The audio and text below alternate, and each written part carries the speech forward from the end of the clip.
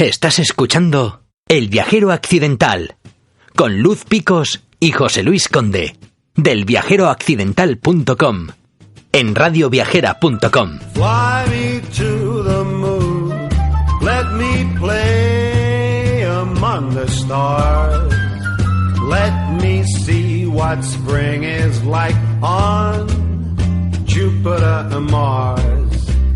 In other words, hold my hand. In other words, baby, kiss me.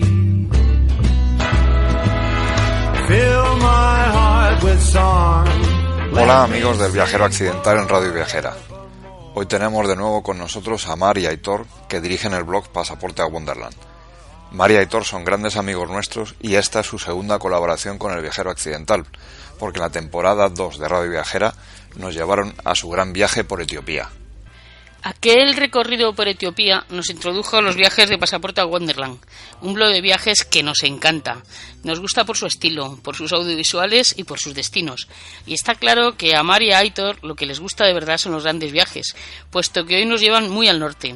En este episodio de ya la tercera temporada en Radio Viajera, nos vamos con ellos a Islandia, un país de contrastes, al que ya habíamos dedicado un artículo en nuestra web, escrito por Amparo Tamayo, pero al que le teníamos ganas de dedicarle un programa de radio. Un país con una naturaleza espectacular y sobre el que Mar y Aitor nos contarán muchas cosas. Anécdotas sobre elfos, hablaremos sobre nuestro admirado Julio Verne, así que ¿para qué vamos a esperar más? Vámonos ya a Islandia.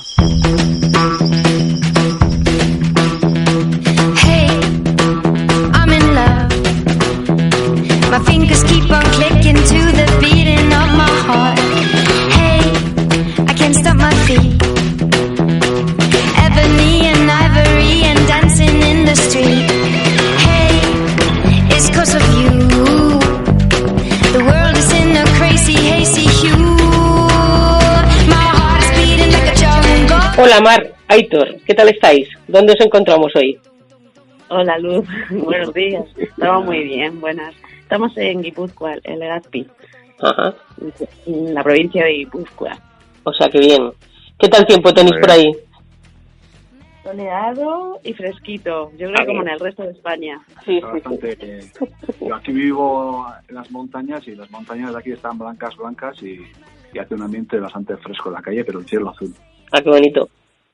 Fenomenal.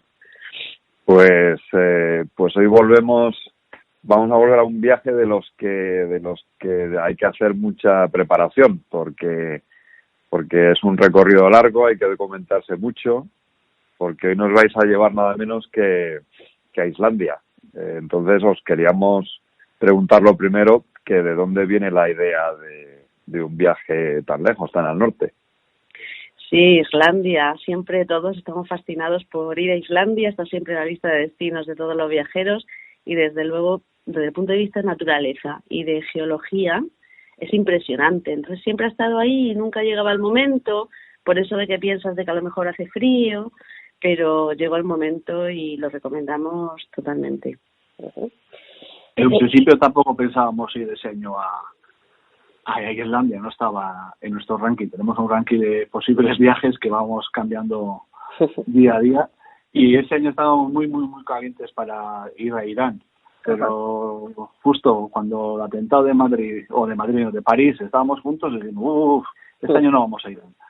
Y siguiente al lista, Irán y Islandia. Pues venga, vamos a Islandia y bueno, totalmente contrario y así ya decidimos, cogimos vuelo y ya poco a poco a estudiar el viaje. Pues.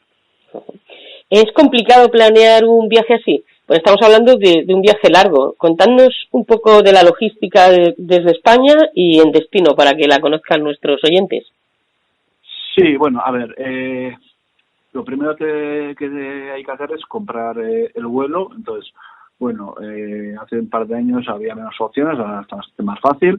Entonces cogimos un vuelo bastante bonito desde Alicante, porque en ese momento estábamos visitando a la familia de Mar en Murcia y bueno, nos venía muy bien. Vale, una vez cogido el vuelo, viene el gran dilema. ¿cómo organizas tu viaje? ¿Cómo te vas a mover, no? Entonces, bueno, está claro que hay que hacer alquilando un vehículo. ¿Qué tipo de vehículo compramos o le alquilamos? Entonces, puede ser un turismo, un 4x4, una furgoneta camper, una furgoneta mayor, una autocaravana. Entonces, en función del vehículo que se elija, pues entonces ya te va condicionando todo el viaje.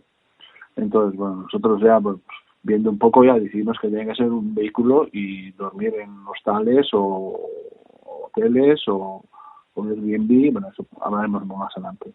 Entonces era entre un 4x4 o un turismo normal, ¿vale? Entonces, bueno, yo no estoy acostumbrado a conducir 4x4, se conduce una vez solo, Mar no conduce, entonces digo, pues grande no. Y bueno, luego te dicen, bueno, hay muchas carreteras que hay sitios interesantes que no puedes acceder con un coche normal, está prohibido. Entonces hay que en las carreteras poner una letra F por el inicio y ahí ya no puedes entrar. Y hay dos sitios muy interesantes que nos interesaba ir. Y vimos que había excursiones organizadas en autobús.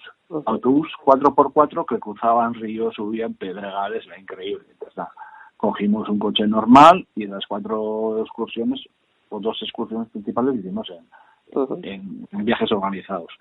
Aunque luego veías en YouTube manuales de cómo cruzar un río en Islandia y dices, súper sencillo, sí, pero mitad del río es como así. Así que dijimos, nada, descartado. Nada, entonces ya cogimos coche, entonces luego ya alojamientos. Está súper difícil, sobre todo en agosto, súper caro. Y entonces con mucha antelación cogimos la mitad de los alojamientos en hostels, que eran caros, y en Airbnb, que eran también muy caros. Y así ya hicimos las chinchetas más o menos donde pensábamos que nos podían ser las etapas y nos salió bastante bien. Y ya a partir de entonces ya pues ya buscando lugares de interés para completar el círculo. Nosotros empezamos a planificar todo esto y a coger los alojamientos en febrero. Entonces, los hostales eran habitación privada con derecho a cocina, que eso lo recomendamos muchísimo, ahora contaremos también más de eso. Pero para dar una idea de los precios, y nos consta que han subido, entre los Airbnbs y los hostels, rondó entre 95 euros y 120, es decir, no es barato. No es barato y no fueron hoteles. Y luego que tampoco tienes los hoteles que tú quieres, la infraestructura, aunque va mejorando, no es muy abundante. Entonces, conviene empezar en febrero, es la época de empezar a pensar ya en la logística del viaje. Vale, pues la manera en que queremos que nos contéis es que nos conduzcáis por la isla a vuestro aire, o sea, como hicisteis vosotros el viaje. Si nos gustaría que incluyerais anécdotas y curiosidades sobre Islandia, que sabemos que estáis muy documentados. Hemos hablado antes y sabéis que sabemos que os documentasteis mucho. Pero por ir empezando, ¿por dónde empezó vuestro recorrido? ¿Dónde fue la primera, digamos, punto de partida? Pues comenzamos en Reykjavik, pero hay que decir que, claro, en verano los días son muy largos, con lo cual aterrizamos a las 2:30 o así de la noche, la madrugada, cogimos el coche y desde las 3, que era de día, empezamos nuestro día. Con lo cual, antes de llegar a Reykjavik, estuvimos por la península que hay al este y ya vimos algunas cosas bastante interesantes. Entonces, así, a grandes rasgos, lo que hicimos fue Reykjavik y la Ring Road en unos 13 días y adicionalmente hicimos 4 excursiones muy recomendables que se salían un poquito de la Ring Road. El país es maravilloso, pero ves lo que hay alrededor de esa carretera principal. Es poco más lo que se puede ver más allá, pero es muy recomendable también. Vale, luego todavía tengo un dilema que no lo tengo claro. Es la típica pregunta que me surge y a más de uno lo he hecho. ¿En qué sentido harías el recorrido? ¿Horario o antihorario? Pues, hombre, lo más interesante de la isla por mucho es el sur. Entonces, esto, Reykjavik, empezamos todos en Reykjavik, está al oeste, al suroeste. Entonces, bueno, pues si quieres verlo primero, yo creo que lo haría en sentido antihorario. ¿Por qué? Porque al principio del viaje está súper fresco y el sur ahí es increíble. Cada 10 kilómetros hacíamos una parada. Bajábamos, veíamos 4 fotos y al coche. Nosotros llamamos fotostop. Y luego la península tienen nombres muy difíciles de pronunciar todos, pero la península de, a ver si lo digo bien, la de Snaefellsnes, donde Julio Verne tuvo su viaje al centro de la Tierra, también la hicimos y fue muy muy impresionante. Pues nosotros tuvimos 13 días de recorrido para hacer toda la isla, para recorrerla. 13 está bien, puede darte para muchísimo más, por supuesto, porque los fiordos del norte no los vimos, y si solamente tienes tiempo para hacer el sur, aún así vale la pena. Si solo tienes una semana, vale la pena. Además, vas en verano, que es lo recomendable. Los días son muy largos, oscurece a las 12 de la noche y amanece a las 3 de la mañana, con lo cual se pueden ver bastantes cosas. De Islandia lo que nos llama en particular la atención es la naturaleza, porque está llena de contrastes, ¿no? Es así esto. Sí, nosotros estábamos siempre diciendo, parece que estamos en otro planeta, y los paisajes eran muy diferentes unos de otros. Llamamos así a nuestro audiovisual y llamamos así también a los reportajes en el blog, un planeta llamado Islandia. Estábamos muy impresionados cada vez que íbamos a un paisaje diferente. Geológicamente, como hemos comentado, es muy interesante. La Tierra se está formando todavía, está viva, como estábamos diciendo, y además confluyen la fosa tectónica asiática y la americana, la americana y la europea. Así está lejos. Y se puede pasear entre las dos y es súper interesante. Está muy bien. Entonces, el Círculo Dorado, como hemos dicho, es la zona donde hay más intensidad, y luego siguiendo por el sur está también toda la zona de los glaciares. Sí, no, a ver, hay gente que va para solo 3 días a Islandia, y entonces lo que a todos les meten es el Círculo Dorado, ¿no? Que es la base, lo más interesante. Ahí están las cascadas de Gullfoss, que son impresionantes, y el famoso geyser, que son chorros, es la tierra que está viva, se calienta y ¡bum!, erupciona y echa un chorro increíble para arriba. Y en los dos lugares es donde vimos muchísima gente. Pero al lado mismo de ese sitio yo había encontrado en un mapa de un canadiense unas cascadas y de una pinta, googleé un poco y eran preciosas, de un azul turquesa increíble, y nos metimos y era difícil de llegar en coche, pero bueno, yo con más mi móvil y tal iba cogiendo referencias, aparcamos de mala manera, seguimos andando un poco y llegamos a la cascada y encontramos 12 personas solo, cuando en el otro había miles y miles.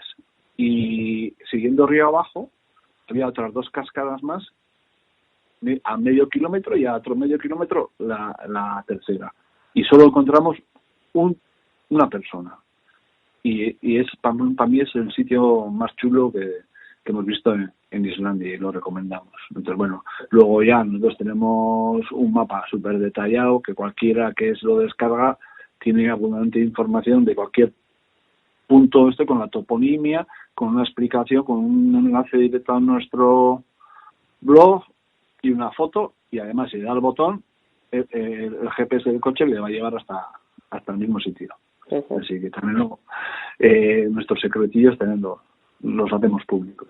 O sea, el Círculo Dorado en sí, por sí mismo, ya merecería un viaje a Islandia, ¿no? Según vosotros. Sí. Al final hay gente que en Navidad o en invierno y tal, 3 días y tal, que auroras boreales y te vas y pilla una, pero bueno, de verlo el Gullfoss y el geyser, porque la palabra geyser es basada en ese propio geyser, en ese chorro que luego hay, pues habrá en Estados Unidos y Canadá y más sitios hay geyser, pero viene el origen de eso.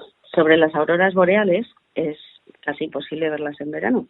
Se necesita que la noche sea muy oscura y muy fría. Entonces los meses ideales son los del invierno. Y en la página web del Servicio Meteorológico islandés, muy curioso, pero te dice la predicción del tiempo y la predicción de ver auroras boreales.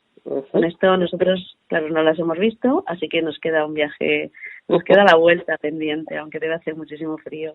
Y yo soy del sur. Yo que soy del norte lo digo, te pones 2 abrigos y quicho.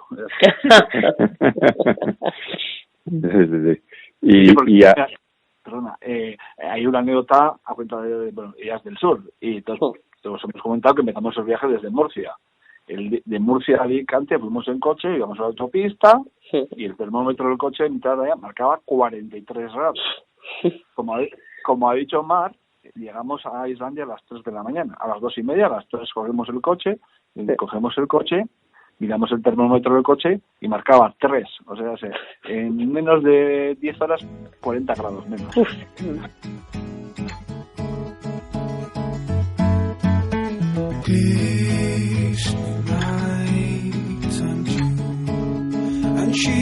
Hola, estamos escuchando en El Viajero Accidental en Radio Viajera a Mar y Aitor de Pasaporte a Wonderland. En un momento seguimos con ellos.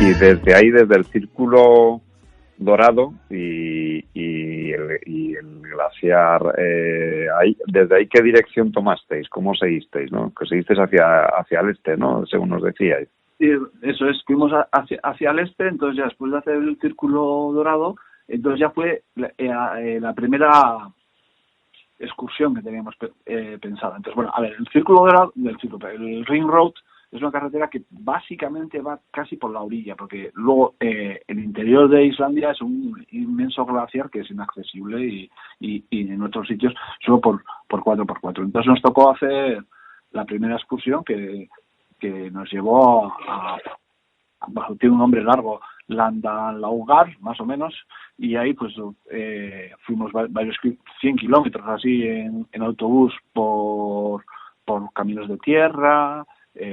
Cruzamos varios ríos también, y al final luego llegamos a un sitio súper chulo con unas montañas muy bonitas de infinidad de colores, donde mucha gente hace trekkings de 4 o 5 días, y nada, nos dimos un trekking bastante majo de un día.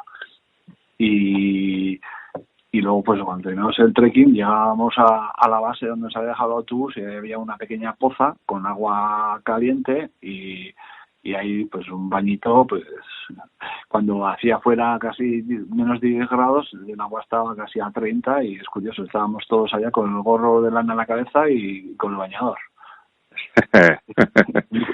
Es muy curioso, ¿no? Entonces, luego pues ya eso fue la incursión un poco hacia el interior, pero al día siguiente ya empezamos ya a caminar hacia el este, y en el sur pues está lleno de cascadas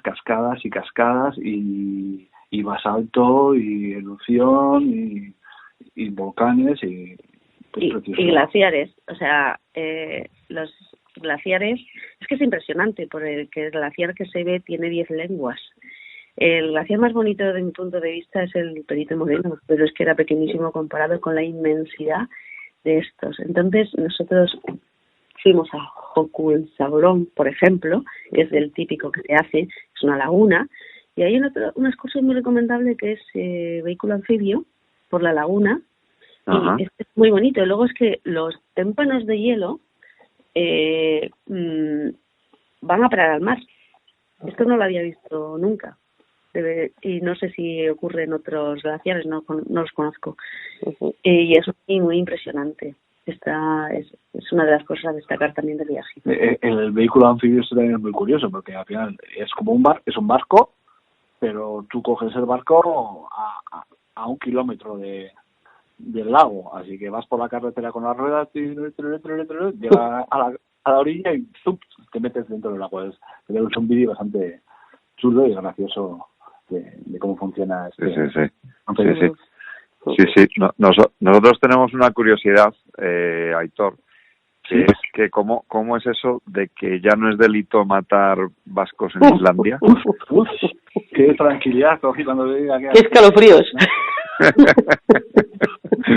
estaba ese, digo, joder. Nada, pues resulta que en 1600 y pico, a principios de 1600, un ballenero vasco pues naufragó allá en los fiordos. Entonces, pues sobrevivieron 32 balleneros, entonces se acercaron a la costa y los lugareños pensaron que eran bandidos y vikingos o algunos que iban a saltar. Entonces el sheriff del lugar pues dio un permiso a cualquier ciudadano islandés, autorizaba que podía matar tranquilamente a cualquier vasco. Entonces, pero bueno, los vascos tranquilamente allá pues no provocaron ni un problema, y con el tiempo pues la ley pues no se derogó hasta que hace meses antes de irnos nosotros ya derogaron la volvieron a quitaron la ley y ya cogí un poco de respiro y digo, bueno, ya ahora puedo ir tranquilo y decir que soy vasco y no de Murcia, si no. Igual por el acento igual no paso, pero o por las capas de ropa, ¿no? Porque tú llevarías unas cuantas menos que Mar, pero también se podía notar, sí. El chicarrón del norte. Con la tranquilidad que nos da saber que ya no matan vascos, vamos a seguir con el viaje. La última etapa está además relacionada con un gran amigo del viajero accidental, al que le hemos dedicado ya incluso algún episodio, con Julio Verne, ¿no? Sí, sí, quizás también conviene, aunque sea ir muy rápido, ir por el este y por el norte, comentar que es mucho menos interesante, pero que si quieres hacer a Rock tiene cosas muy interesantes todavía. Puedes ver también los típicos puffins o frailecillos, estos animalitos que se desenvuelven también en el agua y no tanto fuera del agua. Pero bueno, y mencionar las cosas prácticas antes de llegar a la península, donde estuvo Julio Verne, e incluso en la península. Una de ellas es que hay que ir bien provisto de todo. Allí no te vas a encontrar con restaurantes cuando tú quieras, ni con sitios para beber agua. En el coche tienes que llevar botellas de agua y tienes que llevar comida. Y cerveza, es muy cara. Pero es que 12 euros la cerveza. El mayor problema es encontrar los sitios. Entonces hay tramos de carretera donde no ves a nadie. Entonces hay que ir a supermercados y llevar algo. Tampoco es que estén súper provistos de cosas deliciosas, pero conocemos a gente que se ha hecho 200 kilómetros para ir al supermercado porque no tenían nada para cenar. Es decir, hay mapas de supermercados, porque es importante planificar esa logística también. Y en la península todavía, donde nosotros veníamos del norte, entramos desde el este ahora hacia el oeste y los primeros casi 100 kilómetros estaban sin asfaltar. Fíjate, viéndose una zona bastante importante, estaba sin asfaltar todavía toda la Carravilla. Y otro tema, el dinero. Las gasolineras no hay mucho problema, pero tienes que estar también con un mapa con gasolineras, pero bueno, se puede manejar más o menos. Ya el dinero se puede ir perfectamente con tarjeta bancaria y no hace falta ni llevar una corona. Hasta para ir al servicio nos dejaban pagar con tarjetas. Sí. Y bueno, como comentabas, bajando ya en la parte del este tenemos a la península donde Julio Verne fijó su viaje al centro de la Tierra, y esto es muy emocionante. Somos fans de Julio Verne y nos gustó ver el sitio. También es una península preciosa, con playas rocosas de lava. Sí, pero encima en esta península vimos la única playa irlandesa con arena de nuestro color, sin ser negra, porque todas las arenas de todas las playas de Islandia son de arena negra volcánica. Y en esa misma playa la roca era basáltica, así que allá había habido un volcán en algún tiempo, así que es increíble todo. Entonces, nuestro lema era cuando ya el depósito marcaba el 50%, la primera gasolinera que encontráramos, a repostar. Y bueno, y también hay, ¿no? Aquí vas buscando pues más Repsol, mejor que Kamsa, allá todos son la misma gasolina, son diferentes, pero todas tienen el mismo precio, así que no hace falta cansarse de buscar más barato. una que otra. Y la mayoría, el 90 y pico % de las gasolineras son de autoservicio, así que metes tú la tarjeta de crédito, te sirves tú y no. En cualquier sitio, en mitad de la nada, te encuentras una gasolina, una gasolinera autoservicio.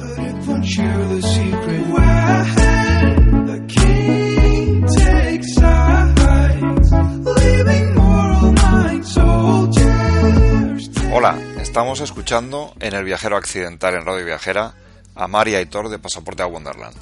En un momento seguimos con ellos.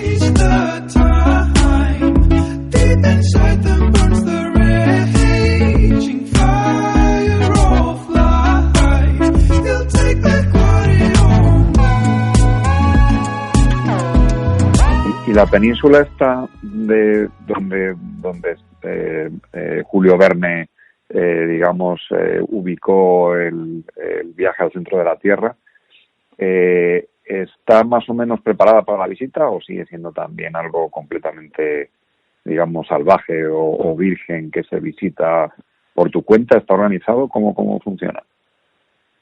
Si no es por nuestra cuenta, sabemos que hay viajes de un día desde Reykjavik con excursiones organizadas.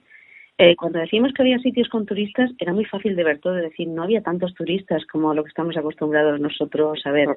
Y de hecho, van creciendo y van pensando en poner cuotas. Que aquí hago un inciso, era todo gratis, todo sin entrada, pero también van pensando en que no sea así. Entonces, es que los sitios son muy salvajes, no hay rastros casi de casas, de infraestructuras, es decir, que se puede ver muy fácilmente, las carreteras están muy bien preparadas, todo muy bien, pero es muy virgen, casi todo es muy virgen, me decía, precioso. Ya. Pasa que también resultó que fue uno de los peores días que tuvimos en cuanto a meteorología y no pudimos disfrutar de las vistas apenas y el volcán donde se mete la gente al centro de la Tierra no lo pudimos ver porque no se veía nada. Pero bueno, ahí también se organizan trekking, se organizan excursiones, actividades en los glaciares, pero bueno, nosotros no hicimos nada de eso. Solo recorrimos la isla visitando infinidad de playas y muy bien. Muy bien. Aitor, ¿hay alguna otra cuestión, anécdota o cosa interesante que nos querríais contar? Sí, por lo menos tengo un par de cosas que me gustaría contar, que cuando damos nuestras charlas y nuestros audiovisuales solemos contar y la gente alucina un poco. Entonces, antes Mar ha comentado que es un país pequeño y que ahí tampoco hay muchos habitantes. Entonces, este país, desde generaciones atrás, pero bastante, nos retornamos unas cuantas generaciones, tienen hecho un árbol genealógico de todo el país, todo ello está controlado, porque quieren prevenir la endogamia, ¿no? Para ser tan poca gente en esa isla, no quieren que haya cruce de la misma sangre. Entonces, ahora en los tiempos modernos han creado una app de móvil que sirve para ligar. Tú vas a un bar o una discoteca, te ves una chavalita y tal, ¿cómo te llamas? Y no sé qué, Stefansson, hijo de no sé qué, no sé qué. Vale, pum, meten, yo tal, pum, pum, y les dicen el porcentaje de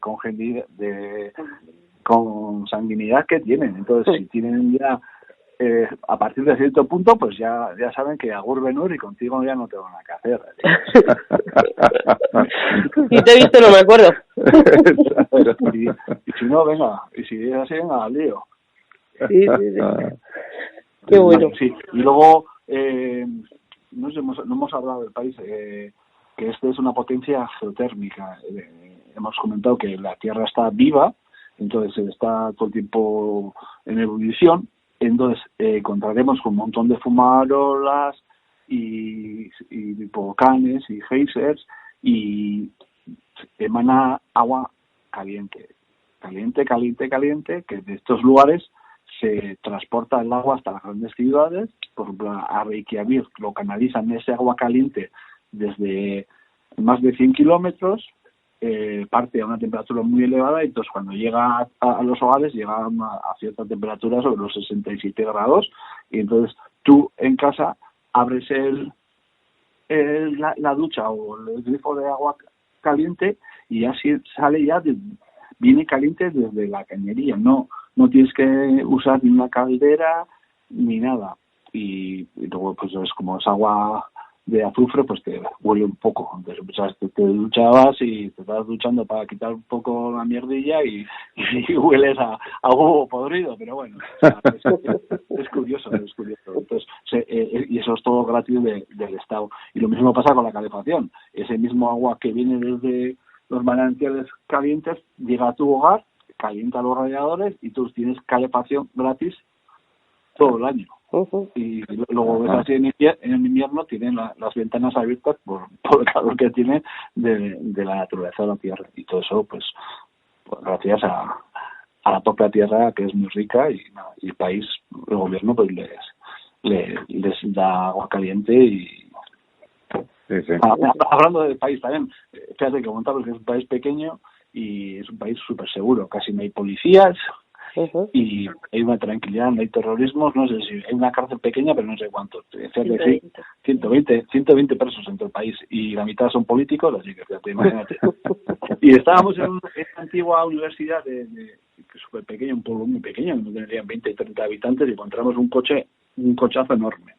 Y con una bandera de Islandia y con la matrícula de un número 1. Digo, joder, este es el Endacari de Islandia. Y en una ceremonia y ahí estuvimos con él tranquilamente. Bueno, era tal y sus acompañantes nos invitaron a café y que fuéramos a la comida y aquí no tenía ni escolta ni nada, ni protección, ni policía, ni nada. Entonces la seguridad que da el país. Sí. Las ventajas de ser probablemente un país muy pequeño en población y también pues bueno, bastante, digamos, aislado, ¿no? del resto del mundo, ¿no? Que eso les permite preservar lo que son con más facilidad, ¿no? Y fíjate, este presidente lleva 4 meses en el mandato, porque al anterior presidente aparecieron los papeles de Panamá y el pueblo se echó a la calle, 2 manifestaciones y dimitió y cogieron este nuevo presidente. Y una vez que hemos hecho ya todo el círculo y hemos vuelto por el ring road hasta el principio de nuevo, y ya tenemos que ir terminando, aunque no queremos, pero hay una curiosidad que hablando con vosotros pues nos sorprendió mucho, que los islandeses creen en los elfos, ¿no? Eso es verdad. es algo que nos decíais que os había sorprendido bastante, ¿no?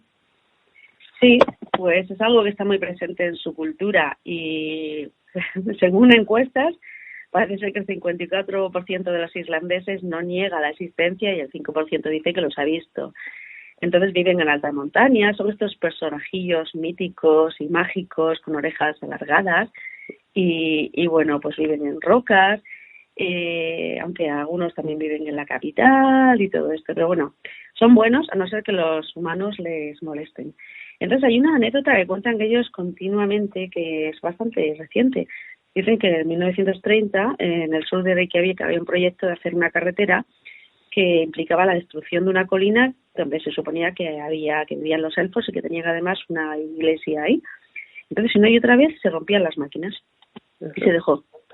Entonces, medio siglo después, es decir, ya en los 80, se retomaron los planes y había mucha gente que protestó porque decía que esa colina no se podía destruir, por ahí no podía pasar la carretera. Al final llegaron a un acuerdo en el que se desvió un poquito la carretera y dejaron esa roca donde se supone que los elfos tienen una iglesia. Es decir, que está presente hasta ese punto. Sí. Muy interesante. Muy interesante. Mar, Aitor, nos ha encantado este viaje por Islandia con pasaporte a Wonderland. Os queremos dar las gracias en nombre del Viajero Accidental y de Radio Viajera, y no nos queremos quedar con una pregunta, con una curiosidad. ¿A dónde os vais en el próximo viaje? Porque seguro que ya estáis planeando algo. Sí, pues no, todavía estamos planeando siempre y soñando con viajes, aunque aún no sabemos muy bien dónde dirigir nuestros pasos. A lo mejor volver al continente americano de nuevo, pero todavía está todo muy abierto.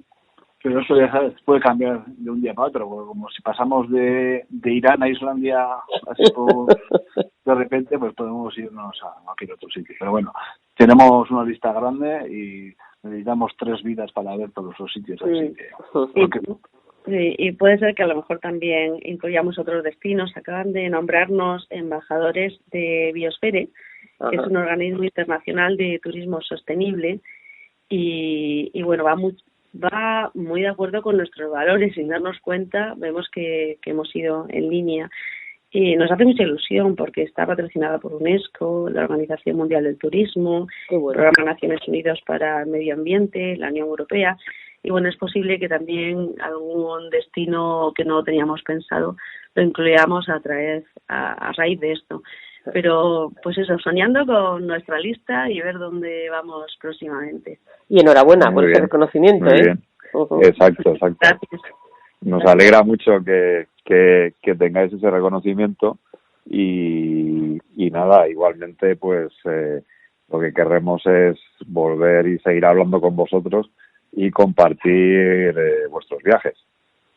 Sí, muchísimas gracias, estamos encantados. Muchas gracias por contar con nosotros y nos encanta. Y para más información, ya sabéis, en el blog, la verdad es que este viaje lo tenemos muy detallado.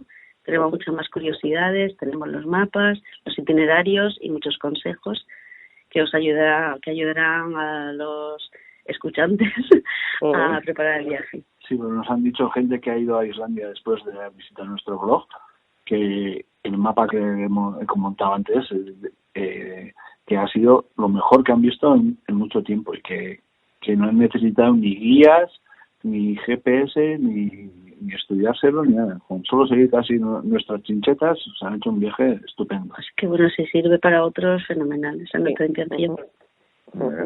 Sí, y la nuestra también, que cuanta más gente disfrute de los viajes y de compartir con ellos todos nuestros viajes y contar la experiencia, pues perfecto. Sí, nuestro lema es ese, compartir todas nuestras experiencias, todo lo que hayamos vivido y no nos guardamos prácticamente nada, un detalle, pero lo contamos todo y lo hacemos público y lo dejamos fácil para que la gente pueda acceder a nuestros lugares que hayamos visitado. Sobre todo desde los últimos 3 años estamos detallando mucho las toponimias y los lugares para que la gente cualquiera pueda acceder a los mismos.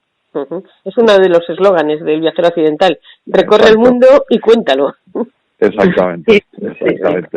O sea que coincidimos plenamente. Turismo en Euskadi fue, en aquella época, pues como Euskadi, pues la gente no solía venir y el lema de Euskadi era ven y cuéntalo, ven, veslo, ya verás qué bonito es. Sí. Muy bien. Pues nada, nos despedimos ya. Fenomenal, seguiremos hablando y encantados de haberos tenido con nosotros. Igualmente, hasta pronto, gracias. Hasta la próxima. Hasta la próxima.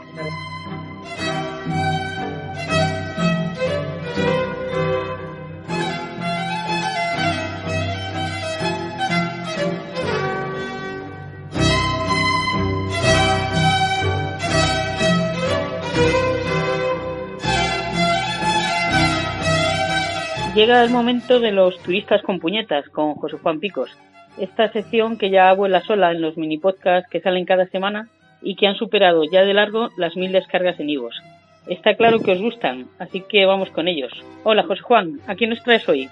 Pues ya que el viajero accidental se ha marchado a la boreal Islandia, pues por ese motivo traemos a turistas con puñetas una aventura militar casi desconocida.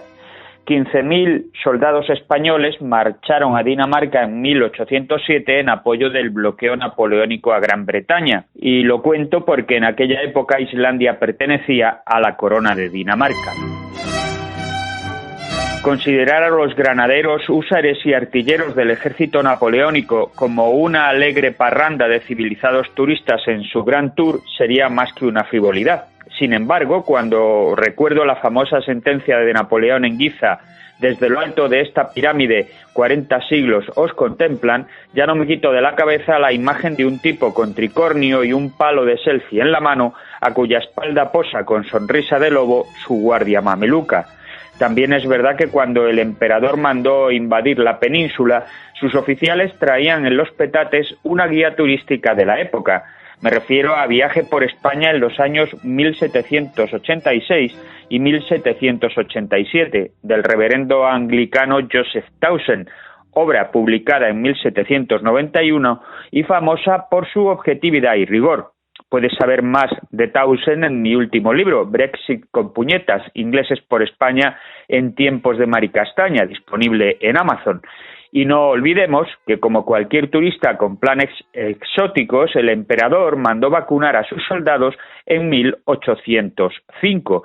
Ese fue el espaldarazo que necesitaba el médico británico Edward Jenner, pionero en 1796 de la vacunación contra la viruela. De ahí que en algún momento pudiéramos pensar que los ejércitos napoleónicos estuvieran haciendo turismo por Europa. Turistas o no, aquellos regimientos de la llamada Grande Armée hicieron bastante la puñeta en el continente de la primera década del siglo XIX. Que se lo pregunten a nuestros architatarabuelos, y no solo por la Guerra de la Independencia. En 1807, en vísperas del levantamiento contra la invasión francesa, España ya estaba sometida a lo que a Napoleón le saliera del tricornio. Una aclaración, mucha gente piensa que el sombrero de Bonaparte era un bicornio, pero no, se trataba de un sombrero de 3 picos con el frontal levantado y prendido a la copa, lo que se llamaba tricornio puesto en batalla. Pues bien, la República Francesa y la Corona Española se habían comprometido a la defensa mutua contra Gran Bretaña por el Tratado de San Ildefonso. Se firmó el 18 de agosto de 1796 e inició la dependencia hispana de los intereses de Francia. Además, hundió nuestra marina en la batalla de Trafalgar. El caso es que en 1807 Napoleón estaba empeñado en bloquear el comercio de Gran Bretaña y con ese objetivo planeaba cerrarle los puertos nórdicos. Así que el emperador exigió a Carlos IV y a su superministro Godoy un contingente de 14.000 hombres con destino a Dinamarca. Esa tropa saldría de las guarniciones más próximas a los Pirineos y del llamado Reino de Etruria, un estado satélite francés en Italia gobernado por la familia de la reina española, María Luisa. Como Etruria acogió a enemigos de Napoleón, este lo borró del mapa y destinó su ejército, español en su mayoría, al norte. Los expedicionarios de ambas penínsulas confluyeron en el importantísimo puerto de Hamburgo a lo largo de la primavera y el verano de 1807. Al mando se encontraba el marqués de la Romana, Pedro Caro y Sureda, capitán general de Cataluña. Por cierto que había 2 regimientos de catalanes que eran de infantería ligera y desde luego también había arrieros de esa región, responsables de la intendencia y de atender al transporte de la artillería. Los turistas con puñetas ingleses que visitaron España en el siglo XVIII alabaron con bastante unanimidad la resistencia, calidad y honradez de los cazadores de montaña y de los muleros catalanes.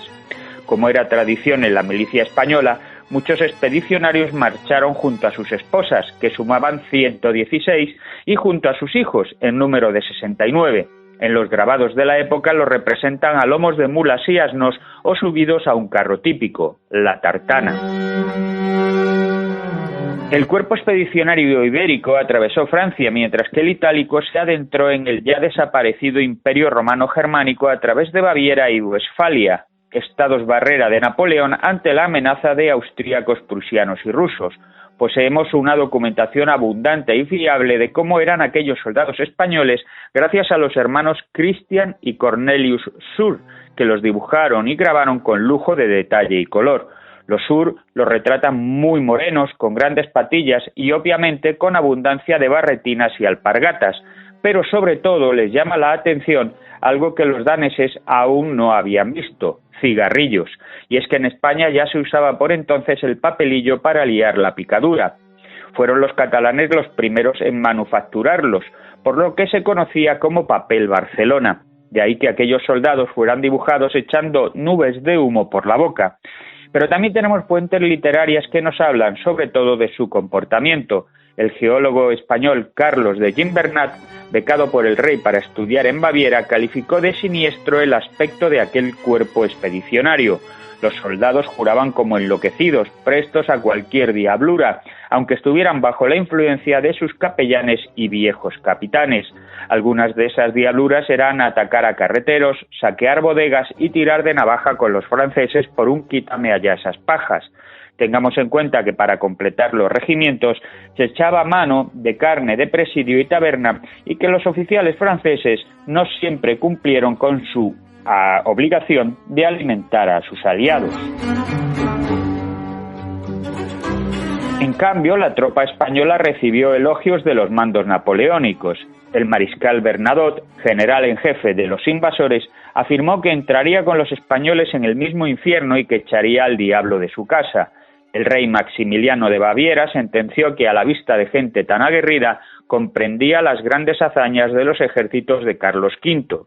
Lo cierto es que se integraron bastante bien, para curiosidad y entretenimiento de los daneses, que se sorprendían de los paraguas que llevaban, de que no bebieran cerveza sino vino, o de cómo junto al cigarrillo sujetaban en las manos naipes, dados y guitarras. Al haber tantos catalanes en la tropa, también disfrutaban de los castellers. Hay que tener en cuenta que en aquel tiempo los daneses eran estrictos luteranos y todo aquello que hacían los españoles le parecía algo pecaminoso. Hans Christian Andersen fue un tierno testigo de aquella convivencia. Así nos lo dice en el cuento de mi vida. Un buen día me alzó un soldado español en sus brazos y apretó contra mis labios una medalla de plata que llevaba en su pecho desnudo. Mi madre se enfadó mucho porque eso era muy católico, pero a mí me gustaron la medalla y el extranjero aquel, que bailaba girando conmigo en brazos mientras lloraba. Por lo visto, él tenía niños allá en España. Vi cómo llevaban a uno de sus compañeros para ajusticiarlo.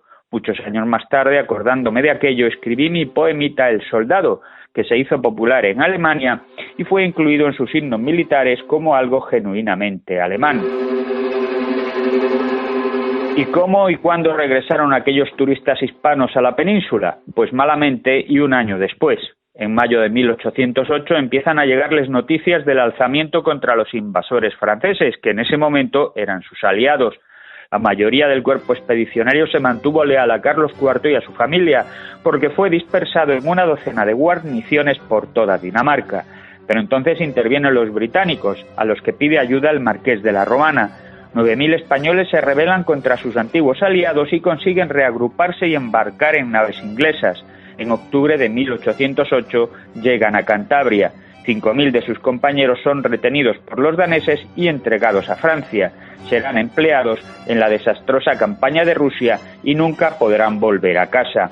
Un año después, el 11 de noviembre de 1809, el ayuntamiento granadino de Huéscar le declara la guerra al reino de Dinamarca. Los franceses son derrotados en España y en Waterloo. Napoleón es desterrado a Santa Elena y todo el mundo se olvida de aquella declaración de guerra.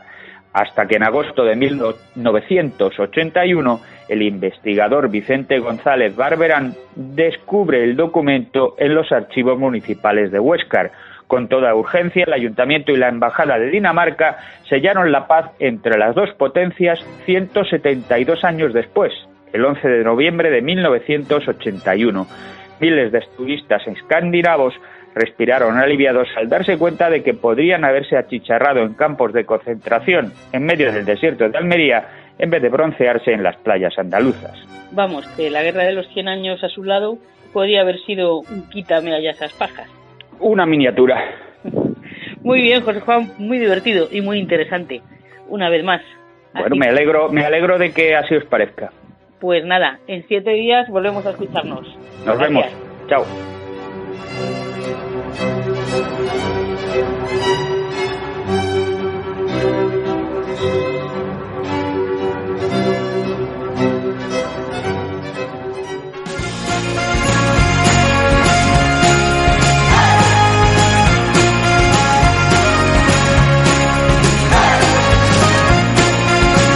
Hasta aquí nuestro episodio que nos ha llevado a las volcánicas tierras del norte, donde hemos visitado Islandia de la mano de nuestros amigos Marc y Aitor de Pasaporte a Wonderland. En nuestra web, elviajeroaccidental.com, tenemos más artículos sobre Islandia que seguro os darán ideas de viajes. Y como siempre, José Juan Picos nos ha presentado a uno de sus turistas con puñetas. Nos despedimos de vosotros, viajeros accidentales, pero sabéis que en unos días este episodio estará publicado en los principales portales de podcast, como iVoox, iTunes, Spotify, Google Podcast y TuneIn, porque el podcasting, ya lo sabéis, es el futuro. Hasta la próxima semana, Radio Viajeros.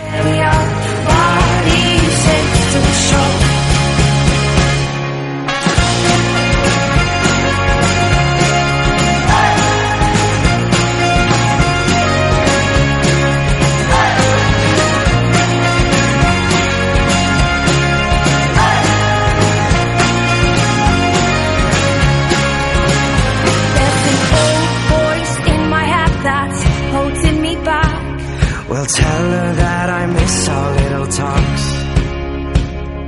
Soon it will be over and buried with our past. We used to play outside when we were young and full of life and full of love. Some days I don't know if I am wrong or right. Your mind is playing tricks on you, my dear. 'Cause though the truth may vary, this ship will carry our bodies safe to shore. Don't listen to a word I say. The screams all sound the same. Though the truth may vary, this ship will carry our bodies safe to shore.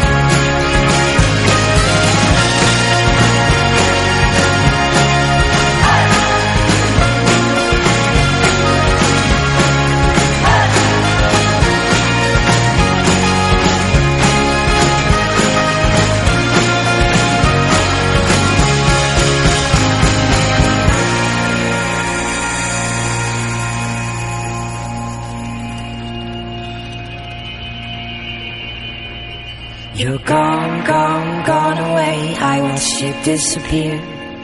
All that's left is a ghost of you. Now we're torn, torn, torn apart. There's nothing we can do. Just let me go, we'll meet again soon. Now wait, wait, wait for me. Please hang around. I'll see you when I'm gone asleep. Don't listen to a word I say. The screams all sound the same. Though the truth may vary, this ship will carry our bodies safe to shore. Don't listen to a word I say. The screams all sound the same. Though the truth may vary, this ship will carry our bodies safe to shore. Though the truth may vary, this ship will carry our bodies safe to shore. Though the truth may vary, this ship will carry our bodies safe to shore.